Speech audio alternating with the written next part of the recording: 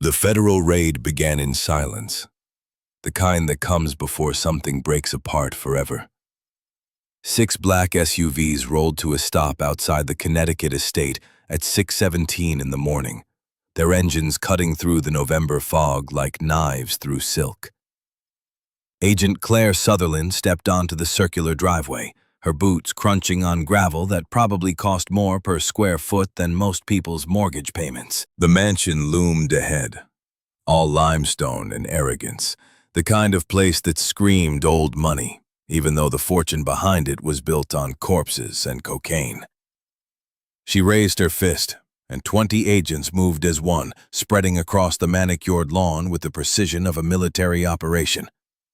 Because that's what this was. War. Just dressed up in federal warrants and asset seizure paperwork. The oak door splintered under the battering ram before Gregory Ashford could finish tying his silk bathrobe. He stood at the top of the marble staircase, 70 years old, but still carrying himself like a man who'd never heard the word no. His silver hair perfectly combed even at this ungodly hour. The kind of man who thought rules were for other people. Claire held up the warrant, her voice cutting through the chaos of boots on imported tile. Gregory Ashford, you're under arrest for racketeering, conspiracy to commit murder, money laundering, and obstruction of justice under the RICO Act. His lawyer would later claim Ashford remained calm, dignified even. But Claire saw the flicker in his eyes when she mentioned murder. The recognition, the calculation of a man trying to figure out which body they'd found. The cuffs closed around his wrists with a click that sounded like justice, 40 years late, but finally arriving. Ashford looked at her. Really looked. And something almost like curiosity crossed his face. You don't know what you've started. Claire allowed herself a thin smile. We're finishing what James Whitmore started. You remember him, don't you? December 1981? The color drained from Ashford's face like someone had opened a tap. They led him out through his own front door, past the oil paintings of ancestors who'd made their money in railroads and steel, legitimate fortunes that Ashford had pissed away financing drug cartels and selling missiles to America's enemies. The morning sun caught the handcuffs, throwing silver light across the driveway. And somewhere in West Virginia, a woman named Paige Brennan was probably making breakfast for her daughter, unaware that the man who'd tried to kill her 3 times was finally going to pay for it. 9 months earlier, Paige had never heard of Gregory Ashford, had never imagined that buying a piece of property for $1 would put her on a collision course with the kind of evil that wears expensive suits and donates to children's hospitals. 9 months earlier, she was just trying to survive.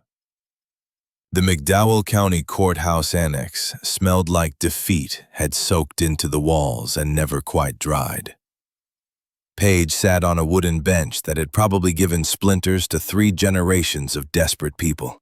Her 7-year-old daughter Ella pressed against her side with a grip that said the child understood more than any 7-year-old should about how badly things could go wrong. The air was thick with the odor of damp wool from coats that had seen too many winters, coffee that had been burning in the pot since before dawn, and something else, something harder to name. Desperation, maybe, the kind that clings to your clothes and follows you home. Paige was 32 but felt older, the kind of tired that sleep doesn't fix. Her brown hair was pulled back in a ponytail that had given up trying to look professional somewhere around her 3rd missed rent payment. Dark circles under her eyes testified to months of impossible math, trying to make $247 stretch far enough to cover food and medicine and hope, when hope was the most expensive thing on the list. The medical bills from Ella's pneumonia sat in her purse like a lead weight. $47,238. 2 weeks in the hospital because a simple cold had turned into something that filled her daughter's lungs with fluid and turned her lips blue.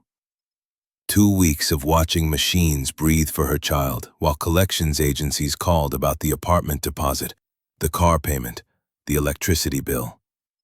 She'd served 4 years in the Army as a logistics specialist, learned how to move supplies across continents, how to calculate fuel loads and transport schedules and ammunition requirements. All those skills, and she couldn't figure out how to keep a roof over her daughter's head. The divorce had taken what little savings they had. Her ex-husband had fought for custody just long enough to make the lawyers rich, then disappeared to Arizona with his new girlfriend and a promise to send child support that materialized about as often as snow in July. So Paige had come to this auction without a plan, without hope really. Just the animal instinct that said, do something, anything, before you're living in your car with a 7-year-old who still has nightmares about not being able to breathe. The auctioneer was a weathered man in his 60s, his voice like gravel rolling downhill, moving through items with the enthusiasm of someone reading a phone book. A repossessed pickup truck that went for $800, commercial kitchen equipment that sparked brief interest from a restaurant owner. A small house on the edge of town that a local contractor snapped up. Paige barely heard any of it, her mind churning through the same calculations she'd run 1,000 times. $247 in the checking account, $97 in her wallet, gas tank half full. Ella needed new shoes, the soles were wearing through. The car needed an oil change 3,000 miles ago. Then the auctioneer's voice changed, flattened into something that sounded almost apologetic, and the room shifted in a way that made Paige's skin prickle. He cleared his throat, a sound like he was trying to dislodge something stuck there. Parcel 47B, abandoned Cold War-era bunker facility built into Copperhead Mountain. 15 acres of wooded land. Structure sealed since 1981. Condition unknown. Sold as is. No warranty or guarantee. Buyer assumes 14 years of back property taxes, totaling $3,847, due within 90 days. The silence that followed wasn't just quiet. It was the kind of silence that has weight, that presses down on your chest and makes it hard to breathe. Paige looked around the room and felt ice slide down her spine. Every person who'd been actively bidding moments before was now staring at their laps, at their phones, at the ceiling, anywhere but at the auctioneer. A woman in the front row, had to be 80 if she was a day, made the sign of the cross, and mouthed something that looked like a prayer. The auctioneer waited, his eyes scanning the room with the resignation of a man who already knew what would happen. Opening bid is $1. $1 for land and a structure. $1 for something no one else wanted, at any price. Ella's small hand was cold in hers. Had been cold since they'd left the car. The hospital bills had eaten everything, including the heat in their apartment. Paige could feel her daughter shivering, could see the way other people looked at them, the judgment in their eyes. Single mother, poor choices, probably her own fault. Before rational thought could stop her, before she could think about why everyone else was treating this property like it was radioactive, Paige's hand shot up. $1. Every head in the room swiveled toward her with the synchronized precision of a flock of birds changing direction. The looks on their faces weren't anger or competition. They were pity. Deep, profound pity. The kind you save for someone who just stepped off a cliff without realizing there's no ground beneath them. The auctioneer's gavel came down, and the sound cracked through the room like a gunshot. Sold to the lady in the back for $1. He paused, and his next words carried the weight of prophecy. God help you, ma'am.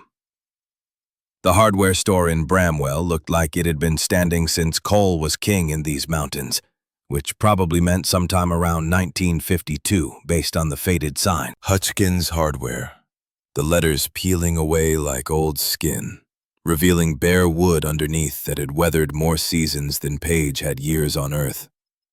The bell above the door gave a tired chime when she pushed through, Ella trailing behind with the wide, uncertain eyes of a child who'd learned too young that the world wasn't always safe.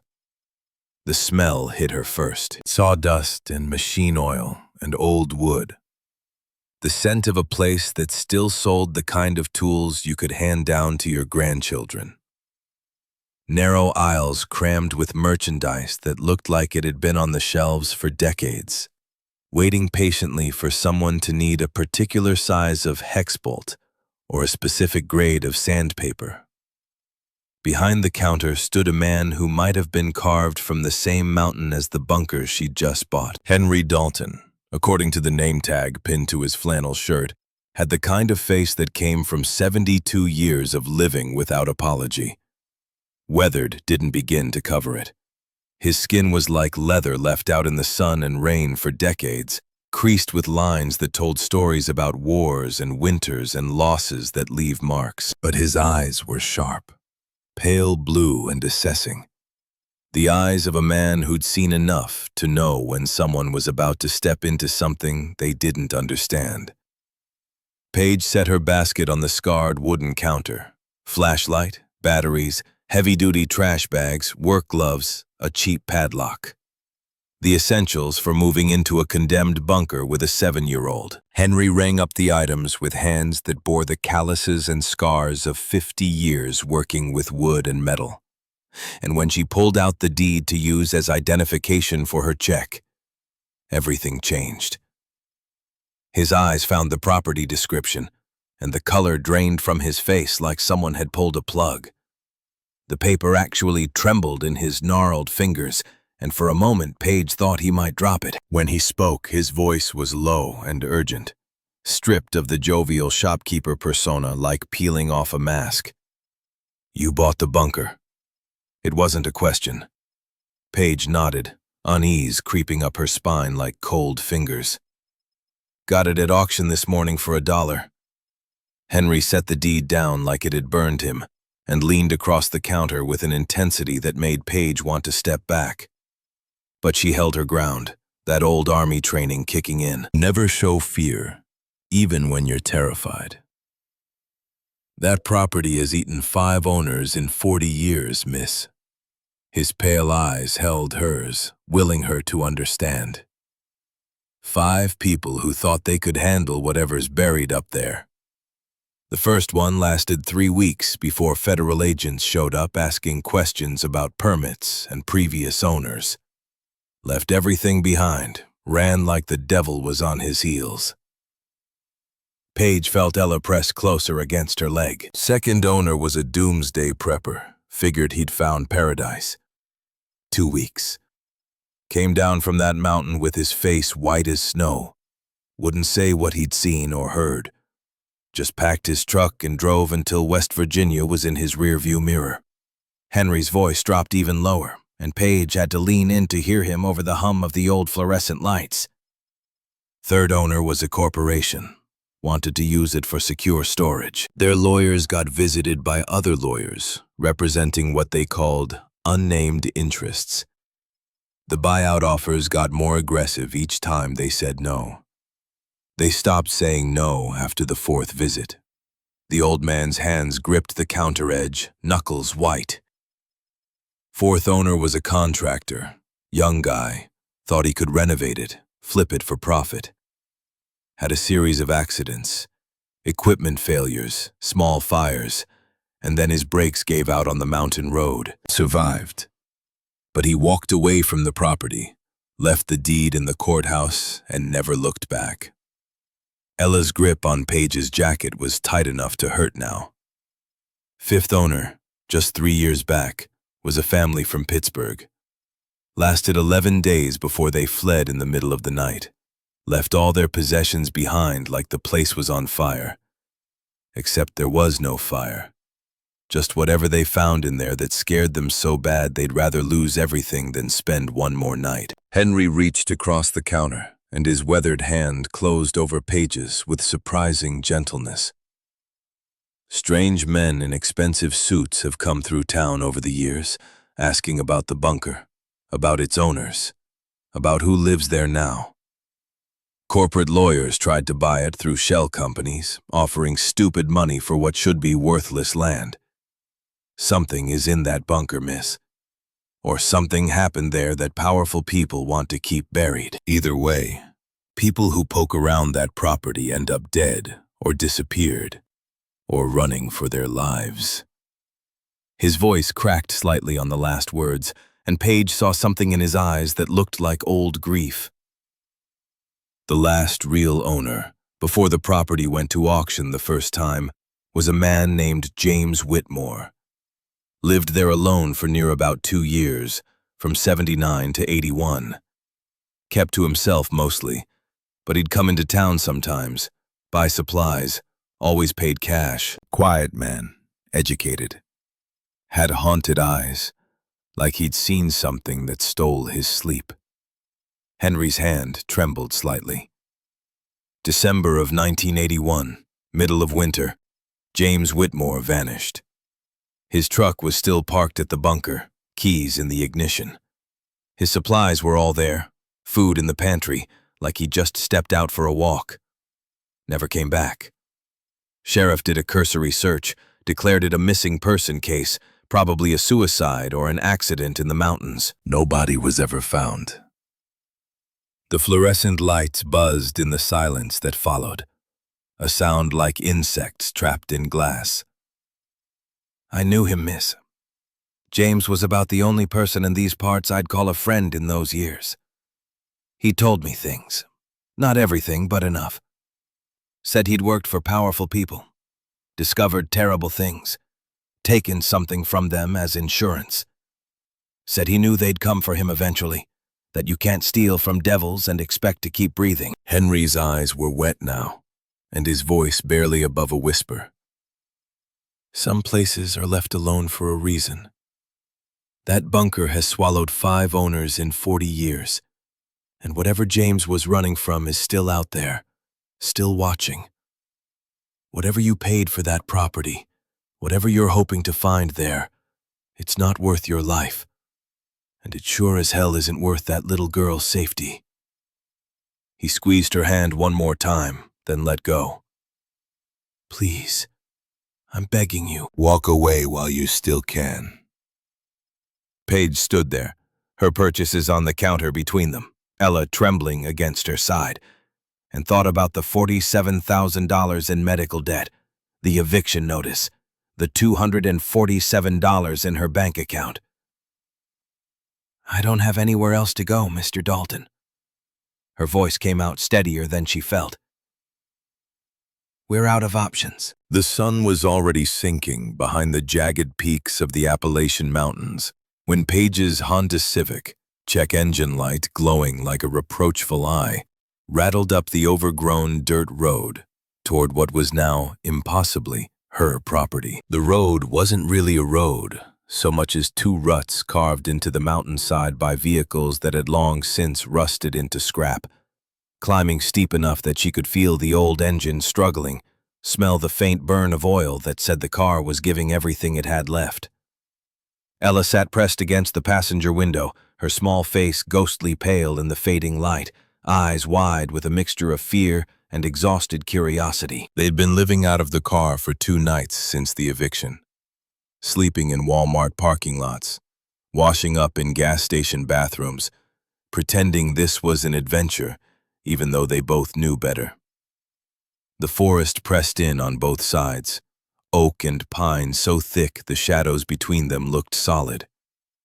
Branches scraped the car's roof with sounds like fingernails on metal, and more than once, Paige had to swerve to avoid ruts deep enough to swallow the front wheel. Then the trees opened up, and Paige's breath caught in her throat. The bunker was massive in a way that defied the word. A brutalist concrete structure built directly into the face of the mountain, maybe 40 feet wide and 60 feet across, the surface stained with decades of rust and water damage that ran down the walls like old blood. Thick vines of kudzu and wild grape had climbed across it, nature trying desperately to hide what human beings had created here, to pull it back into the earth and make it disappear. The entrance was a rectangular opening maybe 10 feet high and 8 feet wide, framed by steel-reinforced concrete that had weathered to a mottled gray-brown. And there, partially open like a mouth frozen mid-scream, was the door. 6 inches of solid steel, mounted on hinges that looked like they'd been designed to withstand a nuclear blast, standing slightly ajar with a gap of maybe 8 inches, darkness beckoning beyond. Paige killed the engine, and the silence that descended was profound, broken only by the whisper of wind through the pines and the distant call of a crow that sounded like a warning. Ella reached for her mother's hand, her small fingers ice cold despite the relative warmth of the evening. "Mommy, it looks like a monster's mouth." Paige forced herself to smile, to project a confidence she absolutely did not feel. "It's just a building, sweetheart. A really old, really tough building. We're pioneers, remember? We're going to make this into our home." The lie tasted like ash on her tongue. They approached the entrance slowly, Paige carrying their 2 sleeping bags, a battery-powered lantern, and a plastic grocery bag with bread, peanut butter, and 2 bottles of water. Everything they owned in the world could fit in the trunk of a dying Honda, and most of it was in there now, because she wasn't ready to bring it inside until she knew what inside looked like. The steel door was far heavier than it appeared. Paige had to put her shoulder against it, her feet bracing against the uneven ground, muscles screaming with effort before it moved even an inch. The hinges groaned like something in pain, a sound that hadn't been made in 40 years. And slowly, ponderously, the gap widened enough for them to slip through. The air that rushed out to meet them was wrong. Cold, yes, that made sense for a sealed concrete structure built into a mountain, but it carried other things too. The smell of concrete and rust, expected, and beneath that, something organic and faintly unpleasant. Something that made the animal part of Paige's brain scream to turn around and run. She ignored it, squeezed Ella's hand, and stepped into the darkness. The main corridor stretched ahead into absolute blackness, swallowing the beam of her cheap flashlight after maybe 20 feet. The walls were bare concrete, weeping with moisture that had nowhere else to go, and the floor was covered in a thick layer of dust, disturbed only by the tracks of small animals, mice probably, or rats. The ceiling was low, maybe 7 feet, lined with conduit and pipes that had gone silent decades ago. Doors lined both sides of the corridor, most standing open to reveal small, empty rooms that might have been sleeping quarters or storage, their purposes lost to time and abandonment. Ella stayed pressed against her leg, her breathing quick and shallow, and Paige could feel the child's heart hammering through the thin fabric of her jacket. They explored cautiously, the flashlight beam cutting through oppressive darkness like a knife that barely made a dent. Room after room of abandonment. Metal bed frames with no mattresses, skeletal and rusted. Empty shelving units bolted to walls. A bathroom with fixtures rusted beyond use, the porcelain stained brown and cracked. A larger room that might have been a common area, with a table bolted to the floor, its surface scratched with initials and crude drawings left by people long dead or disappeared. Finally, they found a room that seemed less damaged than the others. A small chamber, maybe 10 by 12 feet, with a door that still closed properly, and a ventilation grate that, when Paige held her hand beneath it, produced a faint, cool breeze. The system still functioned, at least partially, which meant air that wasn't completely stale, which meant they could breathe. She laid out their sleeping bags on the cold concrete floor, made peanut butter sandwiches by lantern light, while Ella sat clutching her worn, stuffed rabbit, and told her daughter a story about brave princesses who lived in castles made of stone, protecting treasures that evil kings wanted to steal. Ella fell asleep mid-story, Her small body curled tight against the cold, and Paige sat awake in the darkness, listening to the strange sounds of the bunker settling around them. The distant drip of water, slow and rhythmic like a heartbeat. The groan of metal contracting in the night air, sounds that could almost be voices if you let your imagination run wild. The scurry of small creatures in the walls, claws on concrete, and the rustle of nesting material. The concrete beneath her was unforgiving. Cold, seeping through the thin sleeping bag and into her bones like it was trying to reach her marrow. She stared up at the invisible ceiling and thought about Henry Dalton's warnings, about the pity in the auctioneer's eyes, about 5 owners who'd fled or disappeared. And she wondered, with a sinking certainty that felt like drowning, if her desperation to save her daughter had instead delivered them both into something far worse than homelessness. If the monster's mouth had finally found prey stupid enough to walk inside willingly. Morning came slowly to the bunker, not with sunlight because there were no windows, but with a gradual lessening of the absolute darkness. A gray pallor seeping in through the partially open entrance, diffuse and weak, but enough to tell Paige that she'd survived the night. Small victories. Ella was still sleeping, her face peaceful in a way it hadn't been for months, and that alone made the discomfort worthwhile. Paige let her daughter rest and decided to use the quiet hours to explore more of their new home, to take inventory of what they had and what challenges lay ahead. She left Ella in the small room they'd claimed, the door open so she could hear if her daughter woke, and ventured deeper into the bunker's main corridor with her flashlight and the crowbar she'd purchased from Henry's store.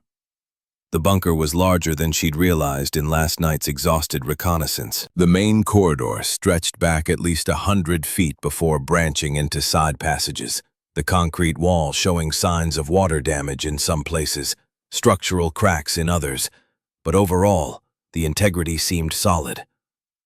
Whoever had built this had built it to last through a nuclear apocalypse.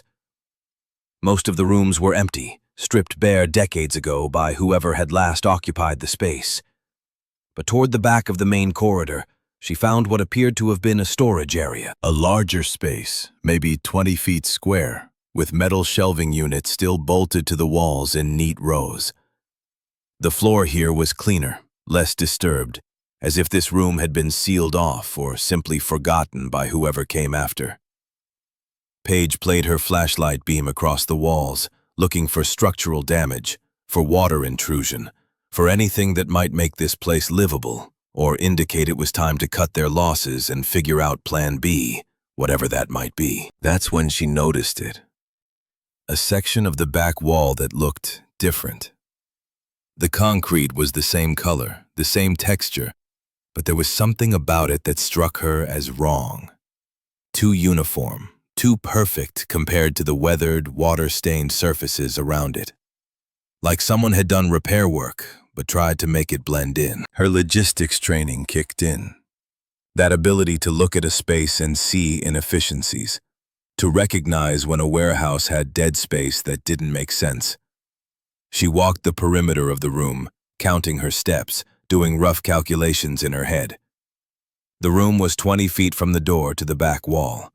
But from outside, based on where this room sat in relation to the others, it should be at least 25 feet deep. 5 feet of space. Just missing, hidden behind what should be solid mountain. Paige approached the suspicious section slowly, running her hand across the surface. It felt smooth, almost like it had been painted or sealed with something. She rapped her knuckles against it, and the sound that came back wasn't the solid thud of concrete backed by mountain stone.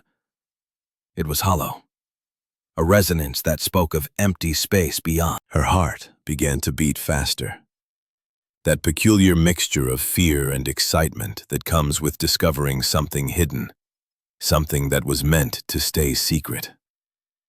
She took the crowbar and tapped it gently against different sections of the wall, listening carefully.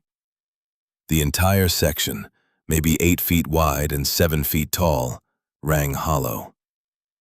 This wasn't a solid wall.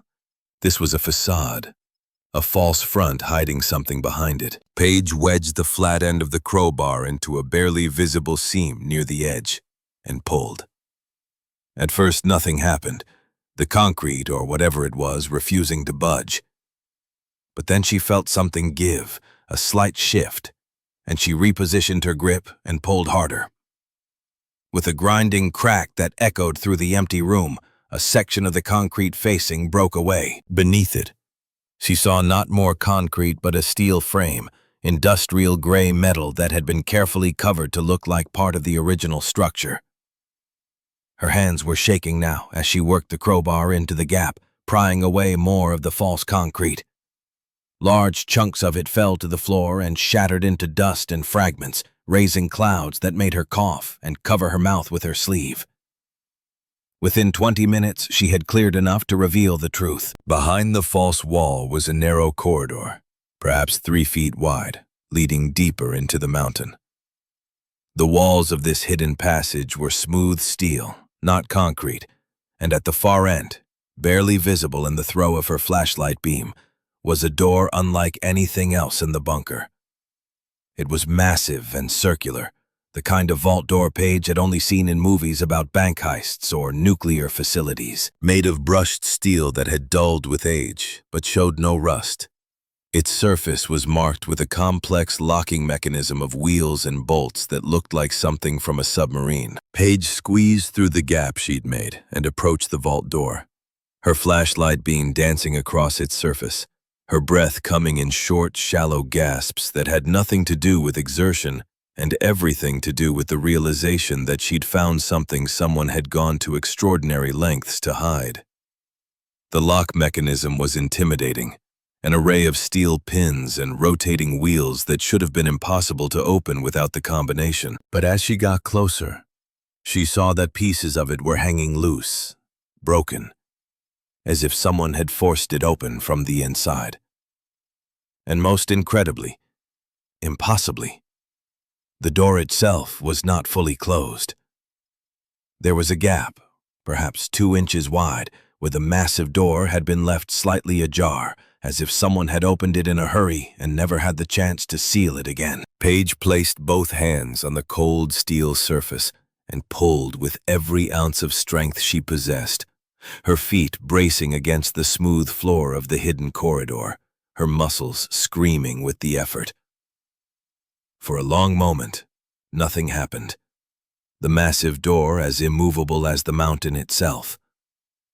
But then she felt it shift, just slightly, the ancient hinges groaning in protest after decades of stillness. She repositioned her grip and pulled again, harder this time.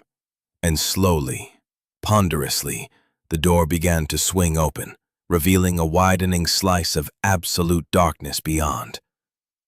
A breath of air rushed out to meet her, and it was not the stale, dead coldness of the rest of the bunker. It was something else entirely. Cool and clean, carrying the faint mechanical hum of active systems that had no business still running after 40 years. Paige's flashlight beam cut into the darkness, and what it revealed made her freeze in place, her mind struggling to process what her eyes were seeing. The chamber beyond was perhaps 30 feet square, the walls lined with the same brushed steel as the corridor. Overhead, she could see vents and what looked like climate control equipment, lights on control panels blinking steadily in the darkness.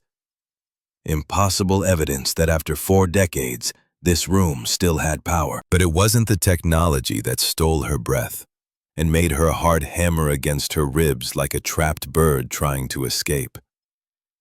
It was what filled the room. Arranged on heavy-duty industrial shelving that lined 3 of the 4 walls were stacks of metal bars, each one approximately 12 inches long, 4 inches wide, and perhaps 2 inches thick. Their surfaces gleamed dully in her flashlight beam, with the unmistakable warm luster of gold. Paige stepped into the vault on legs that felt disconnected from her body, her hand reaching out to touch the nearest bar. It was cold and impossibly heavy as she lifted it, turning it over to reveal a stamp pressed into its surface. A Swiss refinery mark she recognized from a documentary she'd once watched. The weight notation of 400 troy ounces. And a date. 1979. She set it down carefully, her hands shaking so badly she nearly dropped it, and moved deeper into the chamber. The flashlight beam swept across row after row of identical bars, stacked 5 high, 10 deep, shelf after shelf of them stretching into the shadows. Her mind, trained by years of working as a logistics specialist, doing inventory counts and calculating shipping weights, began automatically tallying even as her hands shook. If each bar was 400 ounces, and gold was currently trading at around $1,900 per ounce, that meant each bar was worth roughly $760,000. And there were hundreds of them. She counted quickly, conservatively, trying to keep her hands steady enough to hold the flashlight. At least 300 visible just on the shelves she could see. The numbers spiraled in her head, becoming almost incomprehensible. $228 million. Maybe more. This wasn't money. This was the kind of wealth that existed only in news reports about billionaires and nations. Paige's legs gave out, and she sank to the floor of the vault, her back against the cold steel wall, her flashlight clattering beside her as her whole body began to tremble uncontrollably. Against the far wall, partially hidden in shadow, she noticed 2 other objects that had escaped her initial attention. A heavy filing cabinet made of the same industrial gray metal as everything else, secured with a substantial padlock that looked like it would need bolt cutters to open. And beside it, resting on a small table, a leather-bound journal, its cover worn and water-stained, the kind of thing that had survived decades through sheer stubbornness. She crawled forward, her body moving on autopilot while her mind tried to catch up with reality, and picked up the journal with shaking hands. The leather was soft with age, smelling of must and old paper, and secrets that had been waiting a very long time to be found. Paige opened it to the first page, and there, in neat, precise handwriting, were words that turned her blood to ice. "My name is James Whitmore. If you are reading this, then I am already dead, and you have found what they killed me for." Paige sat on the cold steel floor of the vault, surrounded by more wealth than most people would see in 100 lifetimes. Her 7-year-old daughter sleeping innocently in a room down the corridor, and she realized with a clarity that was almost painful that her life had just changed forever, split decisively into before and after this moment. But she had no idea whether she'd just been saved or damned. The journal was heavy in her hands, heavier than leather and paper should be, weighted with the accumulated secrets of a dead man who'd known he was going to die. She opened it carefully, the spine cracking slightly after decades of stillness, and began to read by the beam of her flashlight, each page pulling her deeper into a story that was equal parts confession, warning, and desperate plea. James Whitmore had written methodically, dating each entry, organizing his thoughts with the same discipline he'd once applied to corporate ledgers. The handwriting was neat and precise, the script of an educated man, an accountant trained to track numbers and find patterns where others saw only chaos. He began by explaining who he'd been. A senior accountant for Apex International, a massive conglomerate based in New York with revenue that exceeded the GDP of small nations. 15 years of loyal service, rising through the ranks, earning the trust of executives, gaining access to files and accounts that few others ever saw. Then in early 1979, while conducting a routine audit of a subsidiary's overseas operations, he'd noticed something wrong. Money flowing in patterns that made no sense. Enormous sums moving through shell companies in the Cayman Islands, disappearing into accounts that had no legitimate business purpose, then reappearing as assets that were never properly documented. He'd done what accountants do: followed the numbers, traced the transactions, reconstructed the hidden architecture of money that was meant to stay hidden. And what he discovered had shattered his world. Apex International was not just a legitimate corporation. It was a criminal enterprise disguised in expensive suits and corporate letterhead, laundering hundreds of millions of dollars from illegal arms sales to embargoed nations, from partnerships with drug cartels moving cocaine through Central America, from bribes paid to senators and congressmen and federal judges to secure contracts and kill investigations. The journal detailed it all with devastating precision. Dates, amounts, account numbers, the names of executives who had signed off on the transactions, the names of politicians who had taken the money. James had documented everything, photocopied thousands of pages of evidence, and then he'd made his move. In the summer of 1979, he'd discovered something even more damaging: a slush fund of physical gold bars, $420 million worth, purchased with laundered money and stored in a secure facility in Switzerland.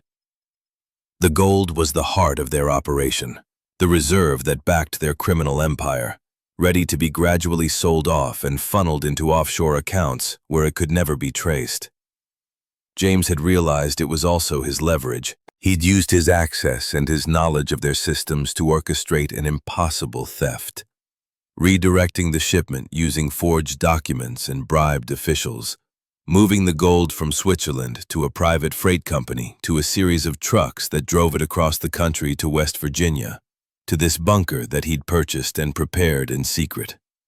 His plan had been simple: hold the gold as ransom, force Apex to meet with federal investigators, use the threat of exposure to guarantee his safety and ensure the evidence he'd gathered would see the light of day. But something had gone wrong. The journal's entries grew more frantic, more paranoid, filled with references to men following him, to phone calls in the middle of the night, to the growing certainty that Apex had no intention of negotiating, that they'd decided it was easier to kill him and search for the gold forever than to risk the truth coming out. The final entry, dated December 15, 1981, was written in a shaking hand that suggested James had known his time was running out. I have taken their treasure. Now they must listen. If you are reading this, I am likely dead. The gold is blood money, stolen from drugs and weapons and corruption. Use it to finish what I started. Make them pay for what they have done. Paige closed the journal, her heart pounding so hard she could hear it echoing off the steel walls.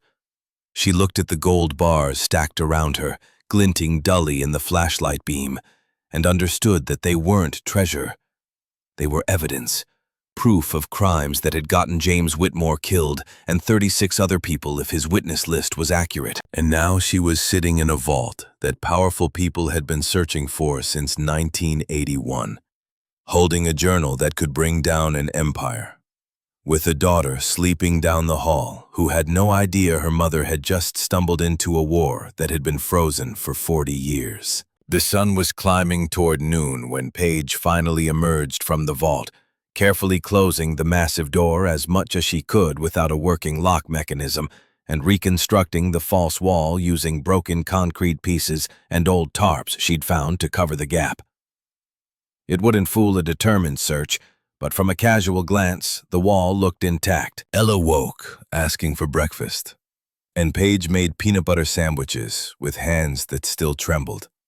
Her mind a whirlwind of impossible thoughts about gold and dead men and blood money, and what any of it meant for their future.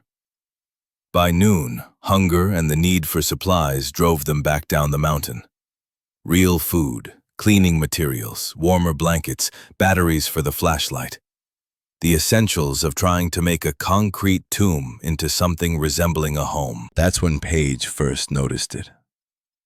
On the ridge across the valley, perhaps half a mile away but clearly visible against the gray winter sky, was a vehicle that hadn't been there the night before.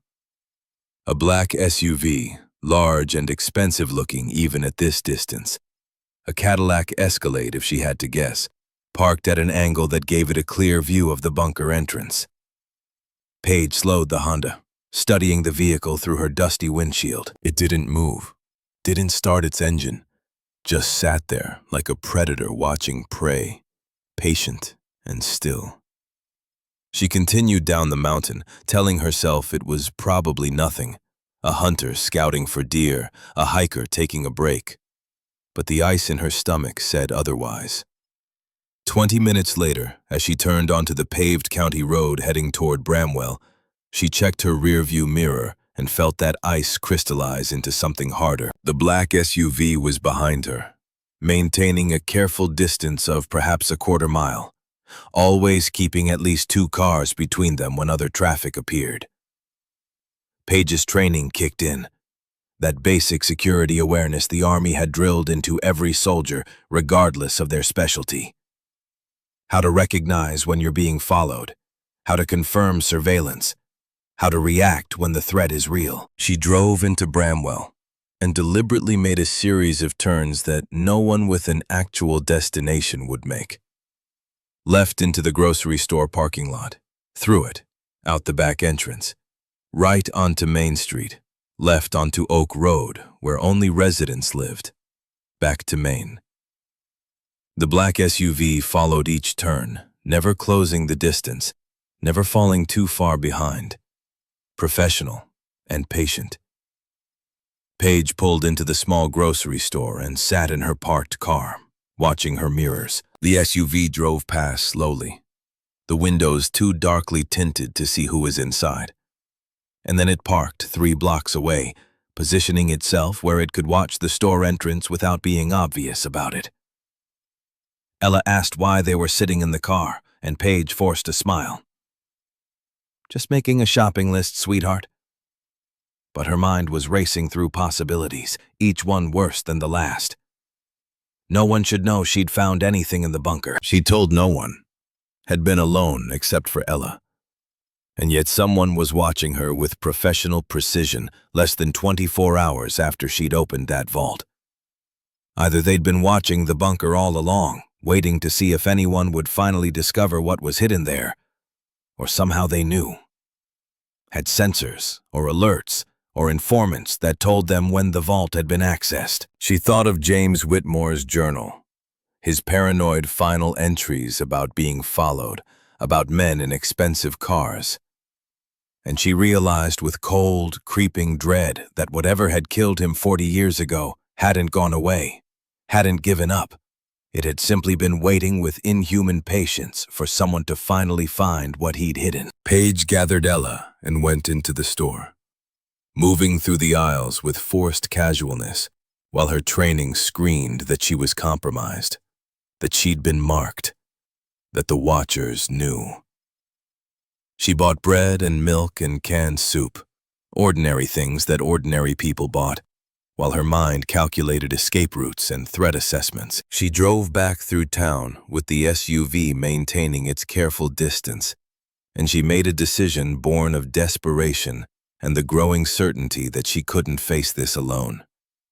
Henry Dalton was sorting nails into small bins when Paige walked into the hardware store, the bell above the door chiming its tired greeting. She waited until the only other customer, a farmer buying chicken wire, had left. Then she leaned across the counter and spoke in a low, urgent voice that she barely recognized as her own. "I need to talk to you about James Whitmore, about what's really in that bunker.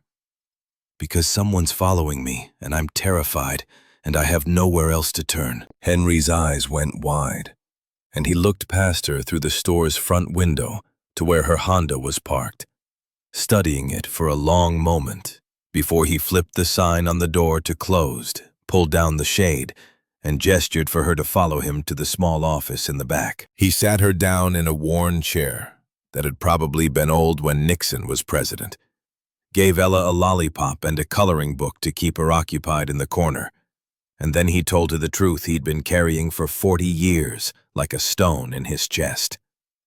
James Whitmore hadn't just been a customer.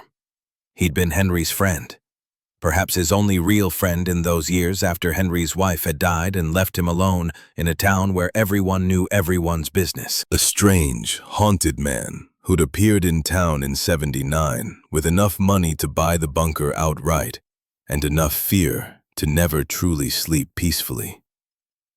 James had confided in Henry over the course of those 2 years. Not everything, but enough. That he'd worked for powerful people, that he'd discovered terrible things, that he'd taken something from them as insurance, and that he knew they would eventually come for him. Henry had tried to convince him to go to the police, to the FBI, to anyone who could help. But James had insisted that the corruption went too high, that he couldn't trust anyone in authority because he didn't know how far the rot extended. Then, in December of '81, James had simply vanished. His truck was found at the bunker with the keys still in the ignition, but James himself was gone. No body, no evidence of a struggle. Just an empty bunker and a missing man. Within days, men in expensive suits had arrived in town, claiming to be from Apex International's legal department, saying that James had embezzled corporate funds and fled, offering a reward for information about his whereabouts. The local sheriff, a man Henry had never trusted, conducted what could charitably be called an investigation and declared it a missing person case, probably a suicide or an accident in the mountains. And that was the end of it. Henry had always believed James was murdered, his body hidden somewhere in the vast wilderness that surrounded Copperhead Mountain. But he'd had no proof, no evidence, just the hollow certainty that his friend had been killed for whatever secret he'd been protecting. Henry reached into his desk drawer and pulled out a small envelope, yellowed with age, and from it he extracted a tiny brass key, no bigger than the kind that might open a diary or a small padlock. He placed it in Paige's trembling hand and closed her fingers around it, his weathered grip surprisingly strong. James gave me this 3 days before he disappeared, with specific instructions. If anyone ever bought the bunker at auction, fair and square through proper legal channels, not through corporate intimidation or backroom deals, they were to have this key. He believed that only someone truly desperate, someone with nothing to lose, would ever dare to claim that cursed property, and that person might be brave enough to finish what he couldn't. Paige stared at the small brass key in her palm, her mind making connections. The filing cabinet in the vault had a lock, small, old-fashioned, exactly the size that this key would fit. "I found it." Her voice came out barely above a whisper. "The vault, the gold, his journal, everything he hid." Henry's eyes filled with tears, and his voice broke. "Then God help you, because they'll come for you just like they came for him, and this time they'll know exactly where to look." Paige waited until after dark to return to the bunker, the black SUV having finally disappeared from her mirrors around sunset, though she had no illusion that she was no longer being watched. Ella fell asleep almost immediately in their makeshift bedroom, clutching her stuffed rabbit, exhausted from a day of pretending everything was normal when nothing would ever be normal again. Paige took her flashlight and the small brass key Henry had given her and made her way through the darkened corridors to the hidden passage behind the false wall. The vault door groaned as she pulled it open again, the sound echoing through the empty chambers like the cry of something long buried finally allowed to speak. The filing cabinet stood against the far wall where she'd seen it before, a squat, industrial gray box that looked mundane next to the stacks of gleaming gold. But as she approached it with the small key clutched in her sweating palm, she felt a certainty that whatever was locked inside was somehow more dangerous than all the wealth surrounding her. The key slid into the lock with a smooth click, and the drawer rolled open on well-oiled bearings to reveal contents that had been waiting 40 years for someone to find them. Inside, organized with the meticulous precision of a trained accountant, were dozens of manila folders, each one labeled and dated, creating a comprehensive archive of corporate crime that took Paige's breath away.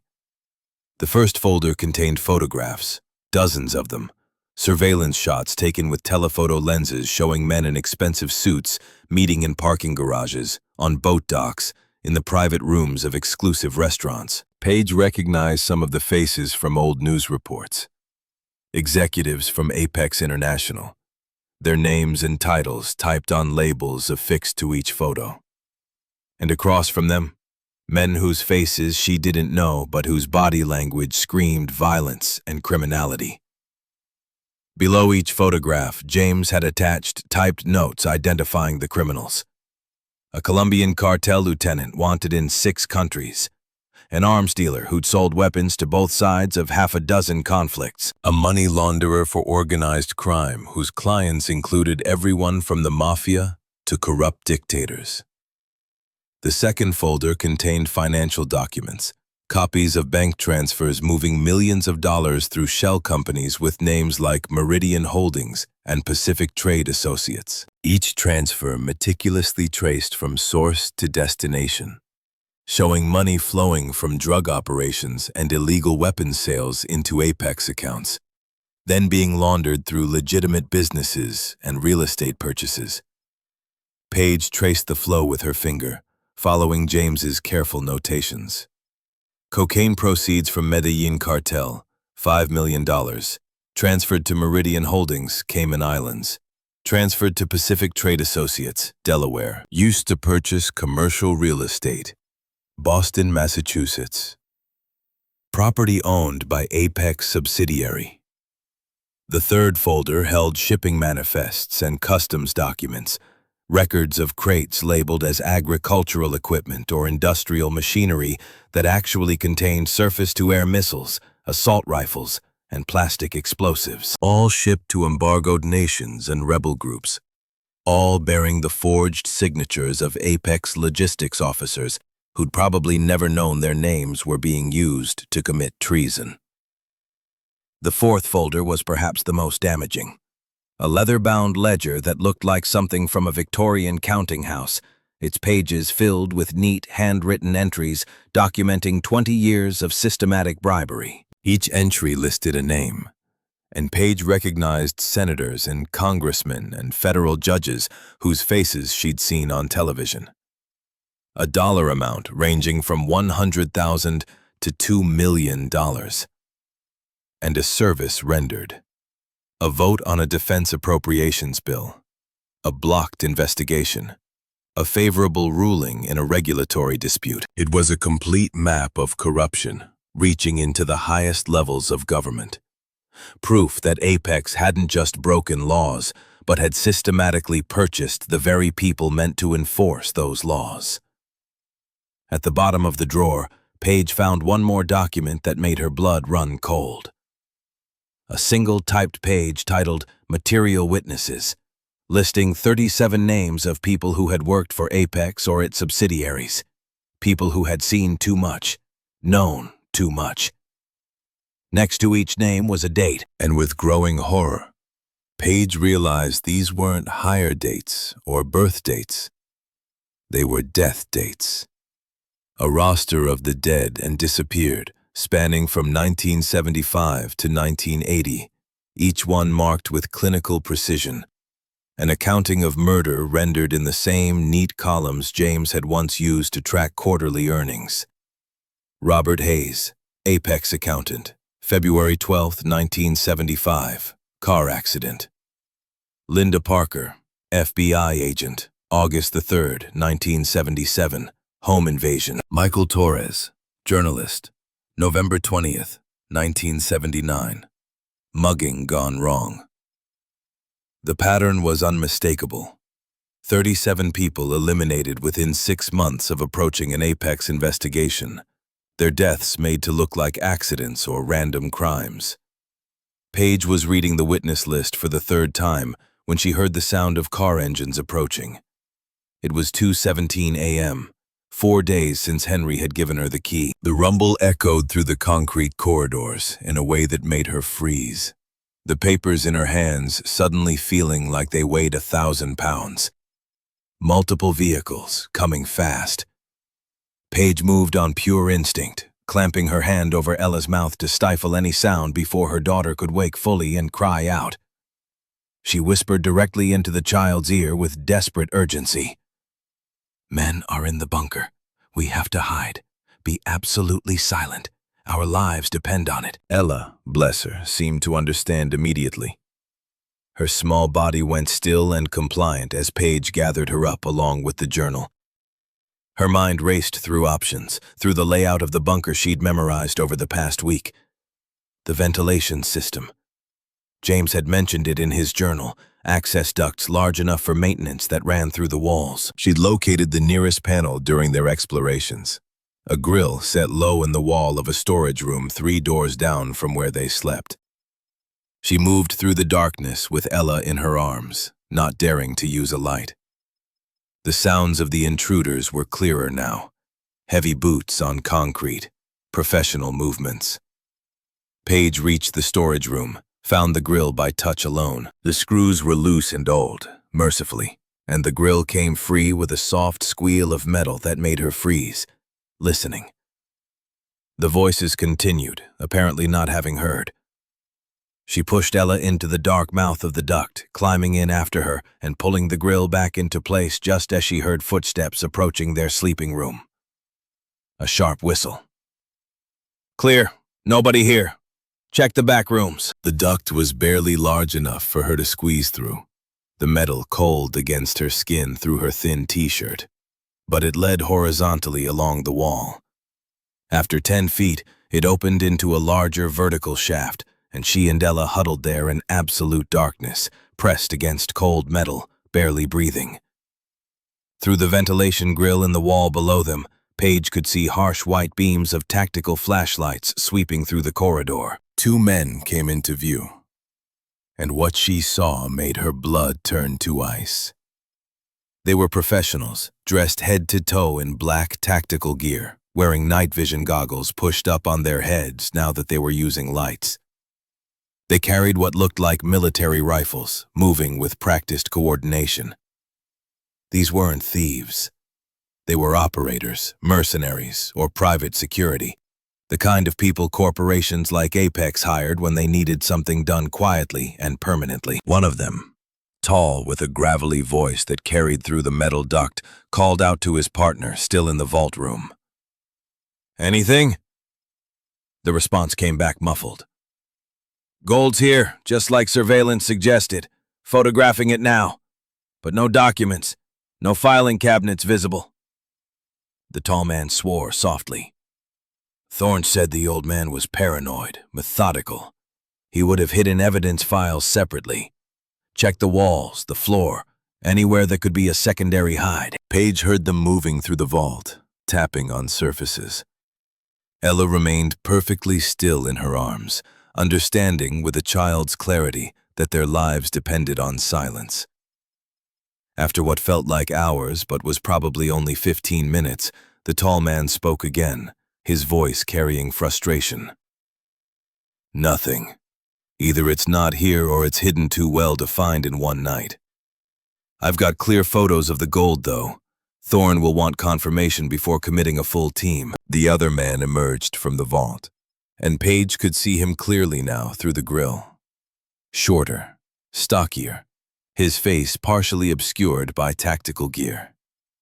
"If the files are here, we'll need a full extraction team. Equipment to move the gold, time to tear this place apart properly. This is at least a 2-day operation, maybe 3. The tall man nodded and gestured toward the exit. "Let's report. Thorne will want to move fast now that we have confirmation." Paige waited until the men's footsteps had faded completely, until she heard the distant sound of vehicle engines starting and driving away. Then she waited another hour in the cold darkness of the ventilation shaft, her arms wrapped around Ella, before she dared to move. When they finally climbed out, her whole body was shaking, Not just from cold, but from the crystalline understanding that this was no longer about money or property rights. This was about survival, and she and Ella would not survive if she continued to face this alone. She packed 2 bags in frantic silence, taking only essentials and the most critical documents from the filing cabinet. The ledger showing bribes to public officials, a handful of the most damning photographs, James's journal. She would come back for the rest, but first she needed to get Ella somewhere safe and find allies who could help her fight. As dawn broke gray and cold over the mountains, she loaded Ella into the car and drove not to town, but away, onto the interstate heading north. Away from the bunker and the gold and the men in tactical gear, toward Charleston, where she would find help or die trying. The nightmares had started on the 3rd night after Victoria's visit, but they'd grown worse each night since, Ella waking with a scream that tore through the concrete corridors. Her small body rigid with terror, her eyes wide and unseeing even as Paige gathered her into her arms. "There's a man in the hallway," Ella sobbed. "The sad man with kind eyes. He's trying to tell me something." Paige, exhausted and afraid, told her daughter it was just a bad dream, that the bunker was old and strange and their minds were playing tricks. But the nightmares continued, and Ella became increasingly insistent that the man was real. On the 6th night, Ella woke not screaming, but calm, eerily so. She looked at her mother with eyes that seemed too old for 7 years. "Mommy, the sad man showed me something. There are marks on the wall, little scratches. He wants us to find them." Paige's first instinct was to dismiss it as childhood imagination, amplified by stress and fear. But something in Ella's voice, the certainty there, made her pause. James Whitmore had been methodical, paranoid. If he'd hidden one thing, he might have hidden more. In the gray light of early morning, Ella led her through the bunker's main corridor to a section of hallway they'd barely examined.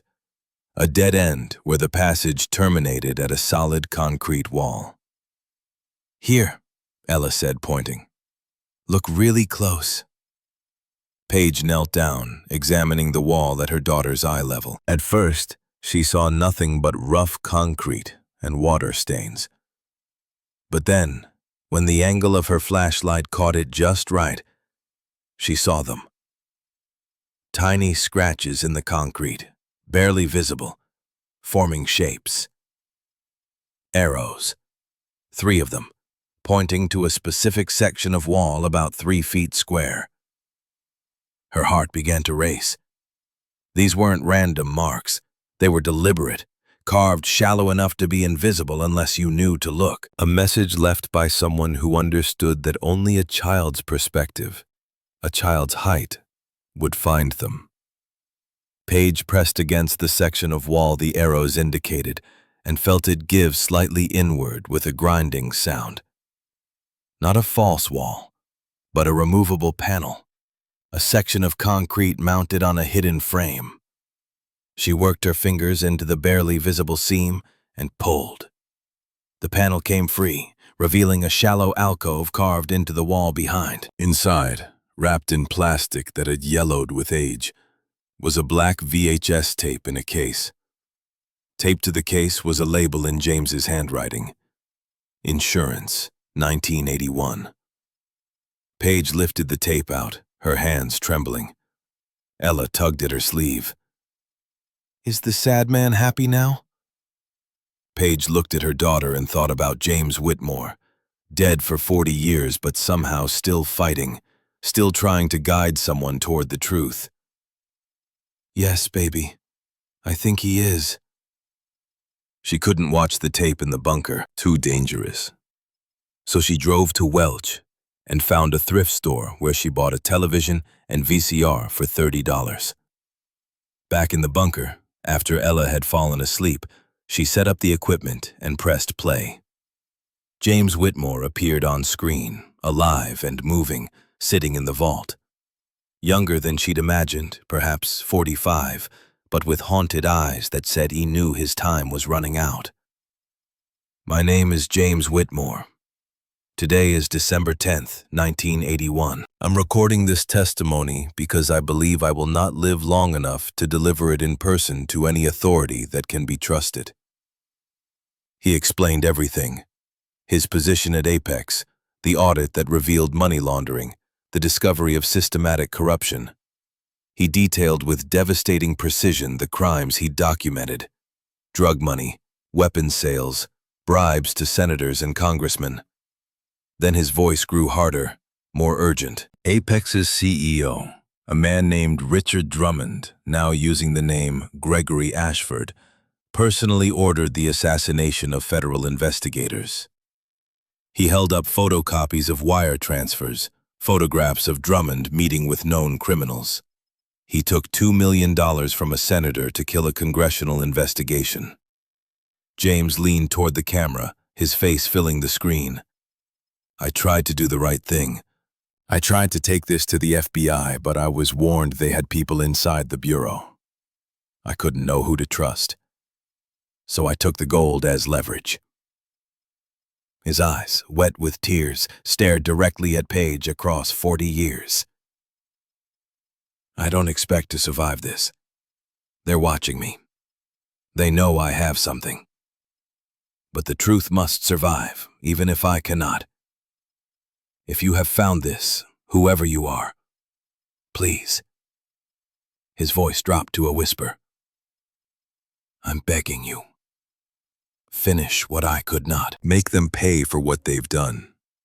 Don't let all these deaths, all these crimes, disappear into silence. You're my last hope. You're the truth's last hope. The tape ended in static, and Paige sat in the cold darkness, understanding that there was no walking away. Not anymore. James had died trying to expose evil that wore suits and donated to charity.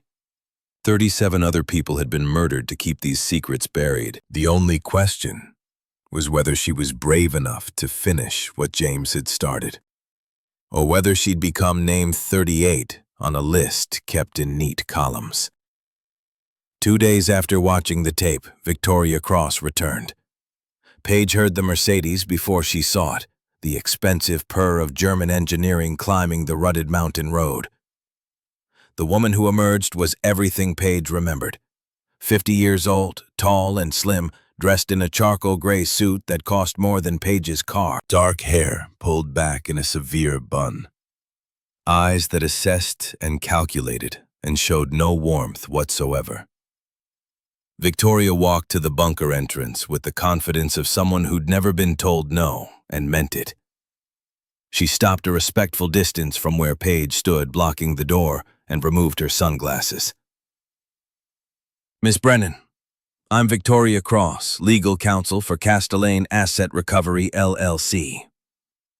Her voice was cultured, professional, the kind that gave orders in boardrooms. While you technically purchased this property through legal channels, there are complications. Prior claims dating back decades that give my clients legal ownership of not just the land, but all contents and structures. She produced an envelope from her briefcase. This contains a cashier's check for $100,000. More than enough to purchase a proper home for you and your daughter somewhere far from West Virginia. The emphasis on far carried an unmistakable threat. The accompanying document is a simple release form, stating you found nothing of value and relinquish all claims. Paige looked at the envelope and thought about the $47,000 in debt, the eviction notice, how easy it would be to take the money and run. But then she thought of James's desperate plea, of 37 people murdered, of Henry's grief for a friend lost. I'm not interested in selling. The change in Victoria was instantaneous. The professional facade cracked, revealing something cold and merciless beneath. She placed the documents back in her briefcase with controlled movements. You're making a serious mistake, Miss Brennan. My clients have invested considerable resources over many years. They don't respond well to obstruction from people who don't understand their situation. Victoria took a step closer, and Paige could smell her expensive perfume. I understand you have a daughter. Ella, isn't it? Beautiful 7-year-old girl. Her eyes were ice. It would be such a tragedy if this situation became complicated, if people started asking questions about your fitness as a mother, or worse, if accidents happened. Mountains are dangerous places, and children are so fragile. The threat was crystal clear, delivered with casual cruelty. Victoria turned back to her Mercedes. You just chose war, Miss Brennan. We'll bury you in litigation. You'll lose everything. The property, your money, and yes, eventually Ella too. Every day from now on will be worse than the last until you break. And you will break. Everyone does. 3 days after Victoria's threat, Paige was driving Ella to the library in Welch when she pressed the brake pedal going into a sharp curve and felt nothing. No resistance. Just the pedal sinking uselessly to the floor. The car was accelerating down the steep grade, the curve rushing toward them, and Paige's training took over. She downshifted, yanked the emergency brake, aimed for the mountain wall instead of the guardrail and the 300-foot drop beyond. They hit with a sickening crunch of metal against rock. The airbags deployed, slamming into Paige's chest like a hammer. She tasted blood, heard Ella screaming, turned to see her daughter's arm bent at an angle that was absolutely wrong. The ambulance took 40 minutes. 40 minutes of holding Ella, keeping her still, whispering that everything would be okay while knowing it wasn't. Could never be okay again, because someone had cut their brake lines. At the hospital, while doctors set Ella's broken arm in a cast, Sheriff Dennis Garrett arrived. A heavy-set man in his 50s with cold eyes that assessed Paige with open suspicion. His questions weren't about who might have sabotaged the car. They were about whether Paige was properly maintaining her vehicle, whether she was fit to care for a child, whether living in a bunker constituted child endangerment. Paige realized with sinking dread that the sheriff wasn't investigating a crime. He was building a case against her, laying groundwork for what Victoria had threatened.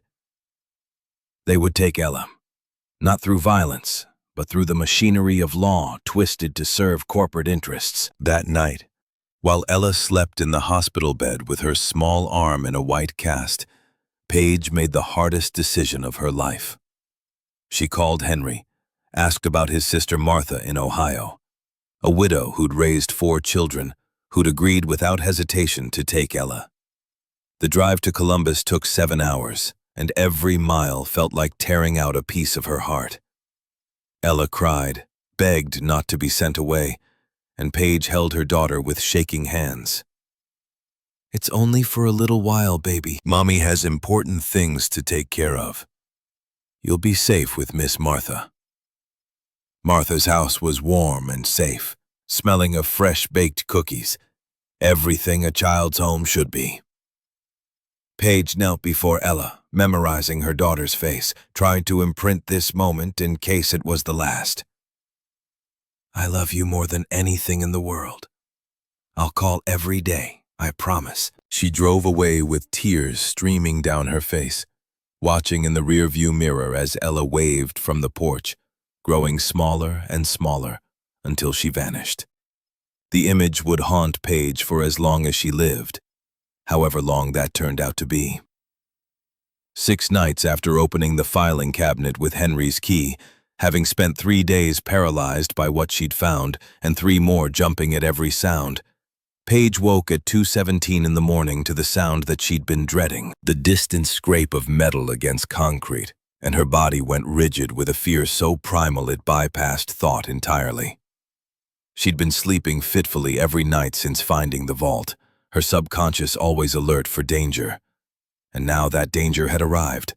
The sound came again, closer. Footsteps, multiple sets, moving with professional stealth through the corridors.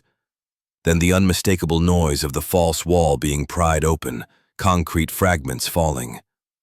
They'd found the vault. Paige moved on pure instinct, clamping her hand over Ella's mouth to stifle any sound before her daughter could wake fully and cry out. She whispered directly into the child's ear with desperate urgency. "Men are in the bunker. We have to hide. Be absolutely silent. Our lives depend on it." Ella, bless her, seemed to understand immediately.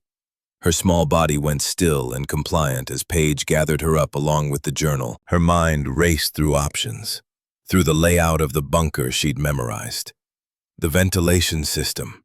James had mentioned it in his journal, access ducts large enough for maintenance that ran through the walls.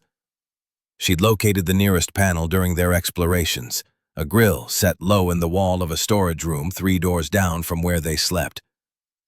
She moved through the darkness with Ella in her arms, not daring to use a light. The sounds of the intruders were clearer now, in the vault room, their voices low and professional as they conversed. Paige reached the storage room, found the grill by touch alone. The screws were loose and old, mercifully, and the grill came free with a soft squeal of metal that made her freeze, listening. The voices continued, apparently not having heard. She pushed Ella into the dark mouth of the duct, climbing in after her and pulling the grill back into place just as she heard footsteps approaching their sleeping room.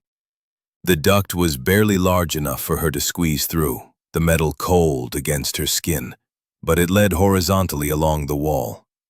After 10 feet, it opened into a larger vertical shaft, and she and Ella huddled there in absolute darkness, pressed against cold metal, barely breathing. Through the ventilation grill in the wall below them, Paige could see harsh white beams of tactical flashlights sweeping through the corridor. 2 men came into view, and what she saw made her blood turn to ice. They were professionals, dressed head to toe in black tactical gear, wearing night vision goggles pushed up on their heads now that they were using lights. They carried what looked like military rifles, moving with practiced coordination. These weren't thieves. They were operators, mercenaries or private security. The kind of people corporations like Apex hired when they needed something done quietly and permanently. One of them, tall with a gravelly voice that carried through the metal duct, called out to his partner still in the vault room. "Anything?" The response came back muffled. "Gold's here, just like surveillance suggested. Photographing it now. But no documents. No filing cabinets visible." The tall man swore softly. Thorne said the old man was paranoid, methodical. He would have hidden evidence files separately. Checked the walls, the floor, anywhere that could be a secondary hide. Paige heard them moving through the vault, tapping on surfaces. Ella remained perfectly still in her arms, understanding with a child's clarity that their lives depended on silence. After what felt like hours but was probably only 15 minutes, the tall man spoke again, his voice carrying frustration. "Nothing. Either it's not here, or it's hidden too well to find in one night. I've got clear photos of the gold, though. Thorne will want confirmation before committing a full team." The other man emerged from the vault, and Paige could see him clearly now through the grill. Shorter, stockier, his face partially obscured by tactical gear. "If the files are here, we'll need a full extraction team, equipment to move the gold, time to tear this place apart properly." "This is at least a 2-day operation, maybe 3. The tall man nodded and gestured toward the exit. "Let's report. Thorne will want to move fast now that we have confirmation." Paige waited until the men's footsteps had faded completely, until she heard the distant sound of vehicle engines starting and driving away. Then she waited another hour in the cold darkness of the ventilation shaft, her arms wrapped around Ella, before she dared to move. When they finally climbed out, her whole body was shaking. Not just from cold, but from the crystalline understanding that this was no longer about money or property rights. This was about survival. And she and Ella would not survive if she continued to face this alone. She packed 2 bags in frantic silence, taking only essentials and the most critical documents from the filing cabinet. The ledger showing bribes to public officials, a handful of the most damning photographs. The journal. She hid the videotape in a new location, wrapped in plastic and buried in a coffee can in the woods behind the bunker. Because if something happened to her, someone needed to be able to find it. As dawn broke gray and cold over the mountains, she loaded Ella into the car and drove not to town, but away, onto the interstate heading north toward Charleston, the state capital. 3 hours of winding mountain roads that she navigated in a state of hyper-alert exhaustion, constantly checking her mirrors for any sign of the black SUV or other followers. Charleston was large enough to disappear in, and she found the main public library, a beautiful old building downtown that smelled of books and floor polish and offered something she desperately needed: anonymity and public internet access. She settled Ella in the children's section with a stack of picture books and a stern warning to stay visible and not talk to strangers. Then she claimed a computer terminal in a quiet corner and began to search. She needed help, but not from local police who might be compromised, not from federal authorities she couldn't verify.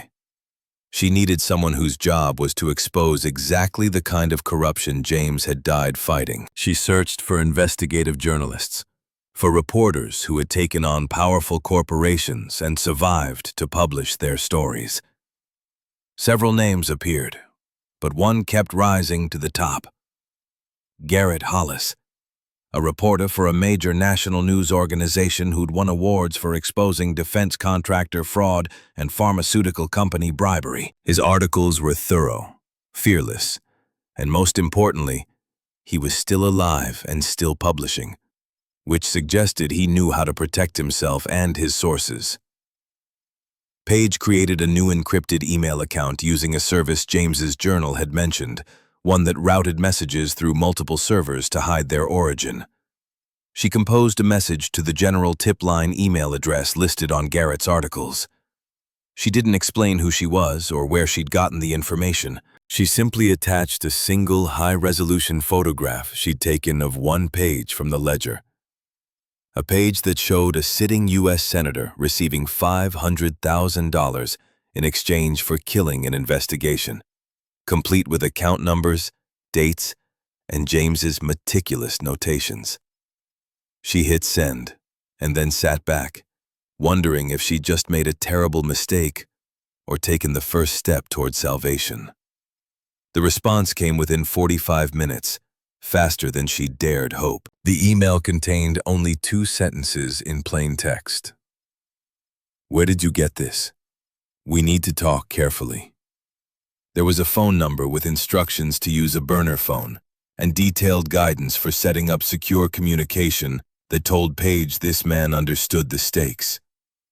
She followed Garrett's instructions precisely, purchasing a cheap prepaid phone at a convenience store, paying cash. She called the number from a gas station 20 miles outside Charleston, standing in the cold next to her idling car while Ella dozed in the passenger seat. His voice when he answered was cautious, professional, asking questions designed to verify she was legitimate. What year was the ledger dated? What was the name of the senator on the page she'd photographed? Details only someone who actually possessed the documents would know. Satisfied, he gave her an address, a small diner called Rosie's on the outskirts of the city. He told her to come alone, to park where she could see the entrance, to wait 15 minutes after arriving to make sure she hadn't been followed, and only then to come inside. Page left Ella with a kind librarian who ran a children's story hour, promising to be back within 2 hours, and she drove to the diner following Garrett's security protocols. The diner was exactly the kind of anonymous place you'd choose for a clandestine meeting. A tired building with cracked vinyl booths and flickering fluorescent lights, populated by a handful of truckers and elderly locals who paid no attention to anyone else. Garrett Hollis was sitting in the back corner booth, and Paige recognized him immediately from his author photo. A man in his mid-40s, with sharp, intelligent eyes behind wire-rimmed glasses, wearing a rumpled, button-down shirt and jeans.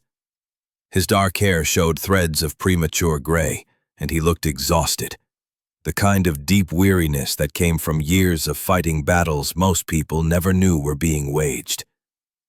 But when he saw her approach, his eyes lit with an intensity that was almost frightening. He gestured for her to sit and ordered coffee for both of them from a waitress who looked like she'd stopped caring about anything decades ago. Then he leaned across the scarred Formica table, his voice low and urgent. "Tell me everything from the beginning. Leave nothing out." Paige talked for 30 minutes, her voice barely above a whisper, telling him about the auction, Henry's warnings, finding the vault, the gold, the journal, the filing cabinet, and finally the videotape. She watched Garrett's face as she spoke, and she saw the transformation from professional skepticism to barely contained excitement to something darker, a kind of grim validation. When she finished, he sat back against the cracked vinyl of the booth, and his hands were shaking as he lifted his coffee cup. "I've been investigating Apex International and its successor corporations for 6 years. His voice was rough with emotion. "Ever since a whistleblower contacted me with fragments of information about money laundering and illegal arms sales. But the whistleblower disappeared before providing concrete evidence, and I hit wall after wall. I found hints and traces, but never the kind of solid proof that could survive legal challenges from a corporation with unlimited resources." He set down his cup with a clink that seemed too loud in the quiet diner. "I published what I could. Careful articles that stayed just within the boundaries of what I could prove. And I made enemies. Powerful ones. People who made it clear through intermediaries that I was dancing on the edge of something that could get me killed. But I never stopped digging. Never stopped hoping that somewhere the evidence existed." Garrett's eyes held hers with desperate intensity. "You're sitting across from me telling me it's real. That James Whitmore did what I've spent years trying to do. Documented everything. Created an airtight case. Preserved it against time. This could bring down an empire. RICO charges. Conspiracy, murder, corruption at the highest levels. This is the story I've spent my entire career chasing." He reached across the table and gripped Paige's hand. "But you need to understand what you're holding. These people have killed to protect this secret. James is dead. His witnesses are dead. They will not stop now. They will come for you with everything they have, and they will not care about legal niceties or collateral damage. If we do this, if we go forward with exposing this, your life as you knew it is over. And there's a very real chance that we both end up dead." Garrett didn't sugarcoat the danger, and Paige found herself respecting him for that. But he also didn't counsel surrender. Over the next 3 hours in that dingy diner, drinking cup after cup of bitter coffee while the afternoon light faded outside, he laid out a plan with the methodical precision of someone who'd thought deeply about how to survive exposing powerful enemies. The fundamental problem was trust. They couldn't walk into an FBI field office or a U.S. attorney's office and hand over the evidence, because the ledger made it clear that Apex had cultivated sources inside multiple federal agencies. They'd paid officials whose job was supposed to be protecting the public, and they had no way of knowing which agents were clean and which were compromised. What they needed was insurance, multiple layers of it, redundant systems that would ensure the truth came out even if Paige or Garrett or both of them were killed or silenced.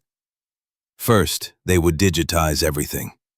Every page of the ledger, every photograph, every document from the filing cabinet. And critically, James's videotape, which would need to be converted to digital format by someone Garrett trusted absolutely. Once digitized, the evidence would be encrypted and copied to multiple secure cloud storage services, each one using different login credentials, each one set up to be accessed by different trusted individuals if something went wrong. Garrett had colleagues at major publications across the country who'd spent years building reputations for integrity. He would send encrypted copies to 3 of them, with instructions that if he failed to check in with a specific code phrase every 72 hours, they were to publish everything immediately. Second, they would create physical backups. Page would rent safety deposit boxes at 3 different banks in 3 different cities, each one containing a complete set of photocopies and encrypted USB drives. The boxes would be registered under false names, and the keys would be held by different people in Garrett's network. Third, and most critically, they would establish what Garrett called a dead man's switch, a system that required active input from Page to prevent the evidence from being automatically released. She would check in with Garrett every single day at 6 p.m. using a secure messaging app, sending a specific code phrase that changed daily. If she missed 2 consecutive check-ins, or if she sent a duress code indicating she was being coerced, Garrett would immediately trigger the release protocol. The idea was that Castellan couldn't kill Page or threaten her into silence without guaranteeing their own exposure, that her continued safety became their only rational choice. Finally, Garrett explained they needed to begin identifying the right federal authorities. He'd spent years cultivating relationships with a handful of FBI agents and federal prosecutors who had proven themselves clean, who'd turned down bribes and resisted political pressure, who had the institutional power to bring RICO charges that could destroy an organization like Castellani.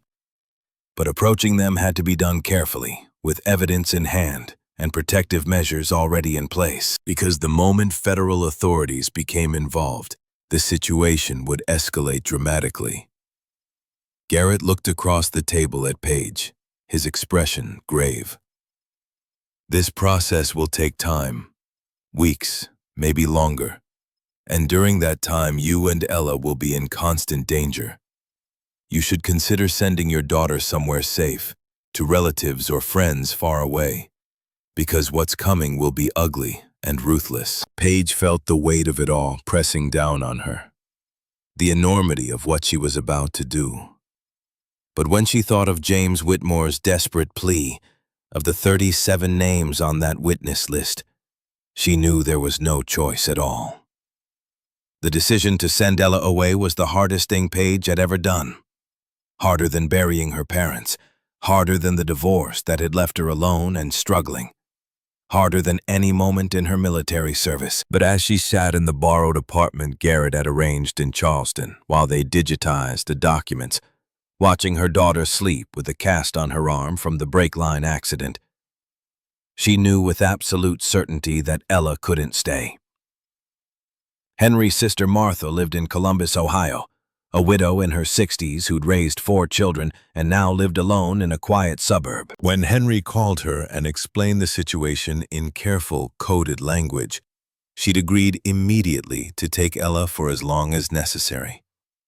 Paige drove the 7 hours to Ohio with Ella in the passenger seat, taking random exits and doubling back, using every counter-surveillance technique she could remember to make sure she wasn't followed. Martha's house was warm and safe, a ranch-style home with yellow siding and flower boxes filled with late autumn chrysanthemums. The smell of chocolate chip cookies drifted from the kitchen, and for a moment, Paige could almost pretend this was a normal visit. But then came the moment she'd been dreading. Kneeling down to Ella's level, eye to eye, trying to find words that would explain, without terrifying. Mommy has to go take care of some very important things. Grown-up things that might take a while. You're going to stay here with Miss Martha, and she'll take wonderful care of you. Ella's face crumpled, tears spilling down her cheeks. No, I want to stay with you. Paige pulled her daughter close, feeling her own tears threatening to break free. I know, baby. I know. But this is to keep you safe. It's only for a little while. I promise I'll call you every single day. The promise tasted like ash because she had no right to make it, no way of knowing if she'd survive long enough to keep it. But she made it anyway, because hope was all she had left to give. She held Ella until the child's sobs quieted to hiccups, then walked to her car while Martha held her daughter on the porch. The image in her rearview mirror, Ella waving with her good arm while crying, growing smaller and smaller until she disappeared, would haunt Paige for the rest of her life, however long or short that turned out to be. The drive back to West Virginia took 8 hours because she couldn't stop crying for the first 2. 4 days after leaving Ella in Ohio, having digitized all the documents at Garrett's videographer friend's secure studio, having set up the dead man switch and the safety deposit boxes and the encrypted cloud storage, Paige returned to the bunker to retrieve the last critical piece of evidence, the microfilm James had hidden in his journal. She'd read through the journal again, searching for anything she might have missed, any final clue or insurance policy, and she'd noticed something odd about the back cover. A slight thickness that didn't match the front. A rigidity that felt wrong. She ran her hand over the leather, pressing gently, and felt something hard and flat hidden within. Taking out her pocket knife, she carefully sliced along the inner seam of the back cover, peeling away the leather lining to reveal a thin pocket that had been sewn into the binding, invisible unless you knew to look. Inside was a small rectangular object wrapped in protective plastic. A strip of microfilm, the kind used for document preservation before the digital age, perhaps 2 inches long and half an inch wide, containing dozens of tiny photographic frames that would need a specialized reader to view.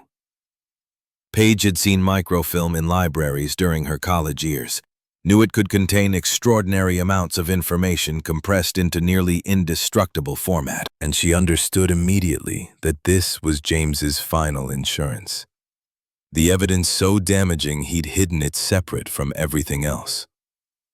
She drove through the night to the nearest university library, open 24 hours, West Virginia University in Morgantown. A 2-hour journey through mountain darkness.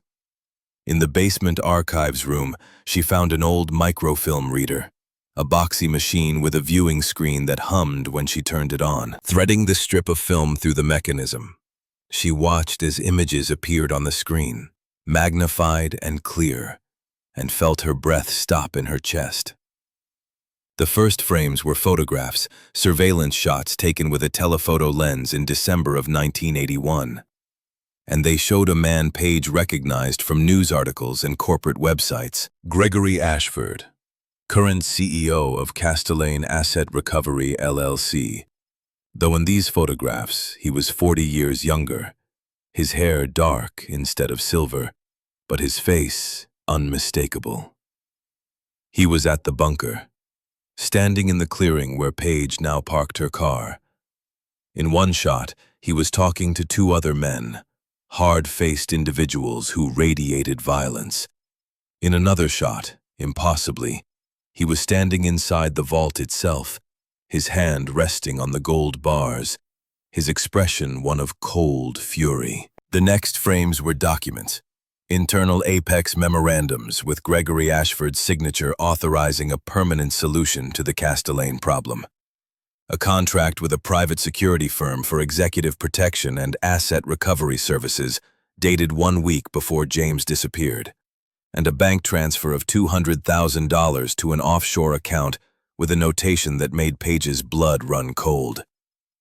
Final payment for West Virginia operation. The last frame was a handwritten note from James, dated December 14th, 1981, 1 day before his final journal entry. Ashford came today. He found the bunker. I don't know how, but he was here, in the vault. and he saw the gold. He didn't see the documents, didn't find the filing cabinet, but he knows I have taken their treasure. He smiled at me, and it was the smile of a man who has already decided you are dead. If I disappear, if this journal is found and I am gone, know this with absolute certainty. Gregory Ashford ordered my death. He was here. He knows about the gold. He is the architect of everything. Paige called Garrett from the university library at 3 in the morning, her voice shaking as she described what she'd found on the microfilm. The photographs of Ashford at the crime scene, the documentary proof that the current CEO of the corporation hunting her had personally ordered James's murder 40 years ago. Garrett's response was immediate and decisive. It's time. We bring in federal law enforcement, but not just any agent. Someone specific, someone I've been cultivating as a source for years, someone I trust with my life. FBI. Special Agent Claire Sutherland worked out of the Charleston field office, and Garrett had been dealing with her for the better part of a decade.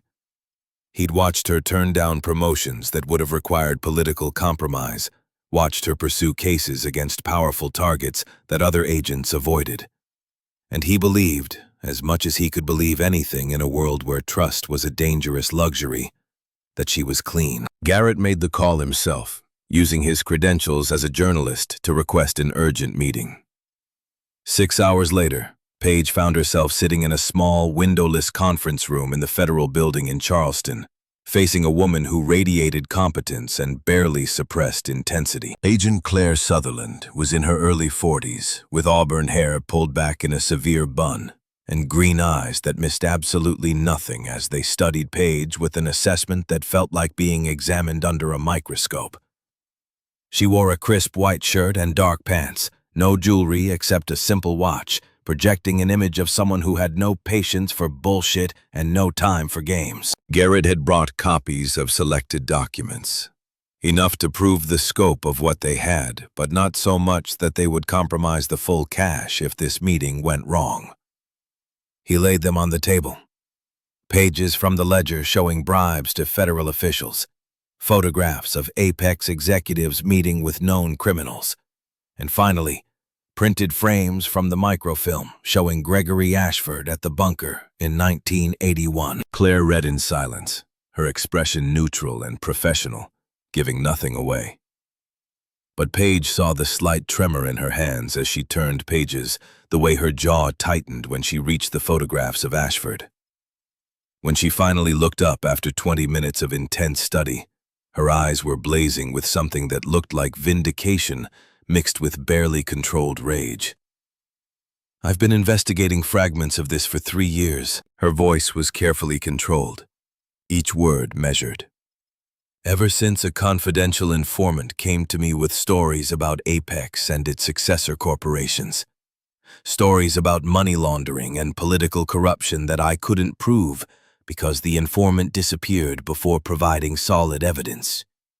Every lead I followed hit walls of corporate lawyers and jurisdictional challenges and pressure from above to drop it. She tapped the documents with one finger, the gesture sharp and decisive. What you've shown me isn't fragments. It's a complete case. The kind of evidence that prosecutors dream about. RICO charges for racketeering, conspiracy to commit murder going back 40 years, money laundering, illegal arms trafficking, bribery of federal officials. If we can prove even half of what these documents suggest, we can seize assets, dissolve corporations, and send people to prison for the rest of their lives. Claire leaned forward, her intensity focused like a laser on Paige. But I need the physical evidence, need the original documents, the gold, James's videotape. Because defense attorneys will challenge digital copies, will claim fabrication and manipulation. Juries need to see original evidence to believe in conspiracy on this scale. She paused, and her voice dropped to something grimmer. I can get warrants, can mobilize a federal response team, but the process will take time, at least 6 to 8 weeks to go through proper channels. to brief the U.S. attorney, to present to a grand jury, to get a federal judge to sign off on warrants. Paige interrupted, desperation breaking through. We don't have 6 weeks. They came to the bunker. Mercenaries with tactical gear. They photographed the gold. They're planning a full extraction operation. And when they come back, they'll destroy everything James died to preserve. Claire's expression hardened. Then we need to move faster. I can request a preliminary injunction, an emergency order to prevent them from accessing the property. It's risky, requires you to file a formal complaint which exposes you legally, but it might buy us 48 hours. What Claire couldn't promise was that 48 hours would be enough, or that the injunction would hold, or that Paige would survive long enough to see any of this through. 12 hours after meeting with Claire, the legal assault began. Papers served by process servers who seemed to materialize from nowhere. Lawsuit after lawsuit filing in rapid succession. Castellane Asset Recovery LLC was suing Paige for defamation, claiming her statements had damaged their corporate reputation. They were suing for trespassing and theft, claiming the property and gold belonged to them. They were filing motions to have her declared mentally incompetent, and most terrifying, they'd opened a Child Protective Services investigation. Garrett sat with Paige in a coffee shop in Charleston, helping her sort through the legal documents, his face grim. This is SLAP, Strategic Lawsuit Against Public Participation. They're not trying to win. They're trying to bury you in litigation hell. Legal fees that will run $200,000 to $500,000. The goal is to make you so exhausted, so broke, so terrified that you give up. He pointed to a signature. Judge Harold Markham, McDowell County Circuit Court. His name is in the ledger.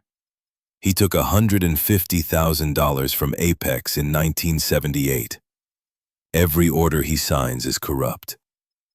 But there was one piece of information in the papers that changed everything. Buried in the property ownership claim was an assertion that Castellani held prior rights dating to 1979, before James had purchased the bunker. Garrett pulled out the journal and flipped to a passage near the end. An entry from November 1981 where James mentioned adding a codicil to the deed buried in county records. A provision that if he died, if the property ever went to legal auction, it would pass to his daughter. James had a daughter. Paige's voice was hollow with realization. He wrote about her. Garrett was already on his phone, pulling up public records. If she was born around 1978, she'd be 47 now.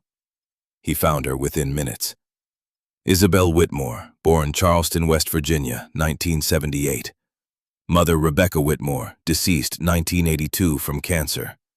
The girl had been raised by her maternal grandmother, who'd passed in 2005. Current information showed Isabel had gone to law school, earned an advanced degree from Georgetown, and was now working in Washington, D.C. as a civil rights attorney specializing in corporate accountability and whistleblower protection. Paige felt tears sting her eyes. James's daughter had grown up to fight the same battles her father had died fighting, even without knowing his story. If Isabel is James's legal heir, if the property was meant for her, then every lawsuit Castellane has filed is built on fraud. Garrett's voice carried grim satisfaction. They're not just trying to silence you. They're trying to steal from a dead man's daughter. Paige pulled out her phone, fingers hovering over the screen. Isabel Whitmore's professional email was public, listed on her law firm's website. She composed a message, deleted it, composed again. How do you tell someone their father died a hero 40 years ago? That he'd loved them from a distance because coming closer would have put them in danger. She kept it simple, factual, devastating. Subject, regarding James Whitmore, urgent. Ms. Whitmore, my name is Paige Brennan. I recently purchased property in McDowell County, West Virginia that belonged to your father, James Whitmore. I found his personal journal and evidence he preserved before his death in 1981. He wrote about you. He wanted you to know he loved you, even though he never had the chance to meet you. I have information about what happened to him and why. We need to talk. The reply came 30 minutes later, and Paige's hands shook as she opened it. 4 words that carried the weight of 40 years of questions finally finding answers. I'll be in Charleston tomorrow.